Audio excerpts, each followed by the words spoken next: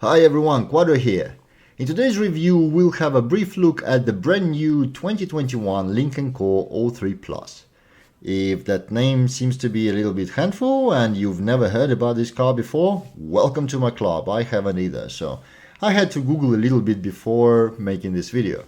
Turns out, Lynk Co is a recently established Chinese-Swedish car manufacturer, part of Geely Holdings, same company that owns Geely Cars, but also Volvo and Lotus, so they're not exactly newbies in the car manufacturing.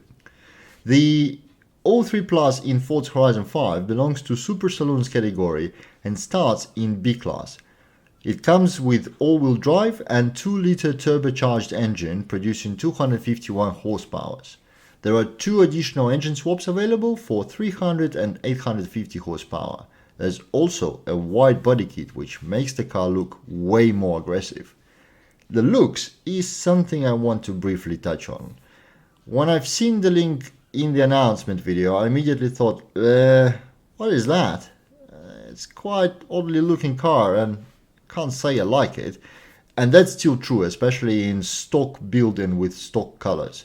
But once a nice livery is put on it, along with a wide body kit, it becomes much more attractive and eye-pleasing. But the surprises with this car don't end with the name and looks. As usual, I went on to browse some tunes, and the first thing I picked up was a Road A-Class by K1Z Bard, which felt a bit weird. The car was really slippery and loose, and it also lacked any kind of top speed and was really hard to drive. So I'm not quite sure what Bard was doing with that tune, but me personally, I clearly lack the skill and precision that is required to drive that setup. So I'm really happy that I didn't stop there and continue to experiment as another tune has caught my eye. You know, it had quite a bit less top speed, even less than the Bard's tune, but it had way more handling and way more grip. So I took it to the track and that worked really well.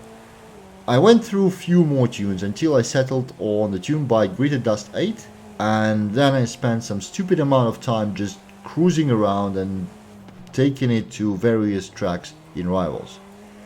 The 03 Plus handles like a god, and it has absolute insane amount of grip. It really feels like this car can take on any corner flat out without losing any traction at all. Of course, this doesn't come for free. It comes at the expense of top speed and acceleration, so tracks that favor power, of which there's a lot in Forza Horizon 5, they don't work too well. But any case where you need a lot of handling, hell yeah, this car is what you need.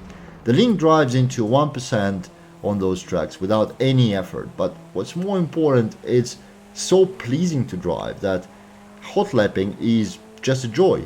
I spent more time playing with it in Rivals than I ever planned or needed for this video, just because it was fun, and I cleared my personal best on tracks like Cathedral and Bolo Ocho while doing that.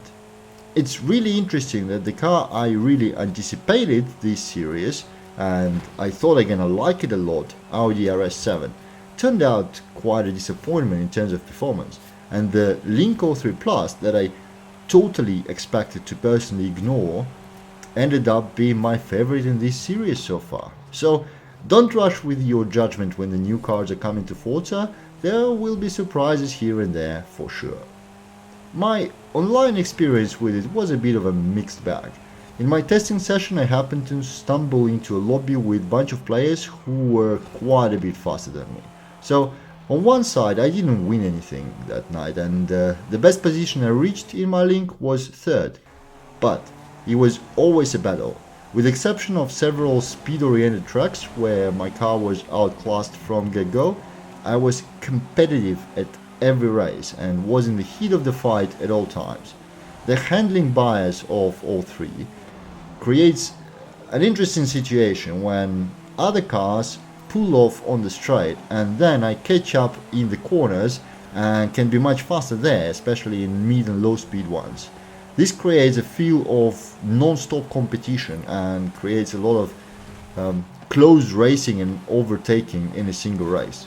As opposed to other previously released seasonal cars in this series, which were simply weak online, Lynk can actually shine on technical tracks and is still competitive on balanced tracks, and it really only loses on pure speed tracks.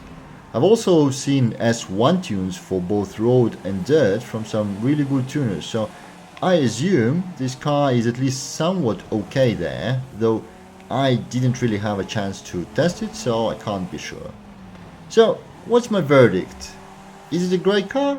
Oh yeah, it's a great car. It's not universal and it's not going to become a meta build, but it is competitive, it's great fun to drive, and overall definitely a good car. I know the looks will not please everyone, but I can definitely live with what we get.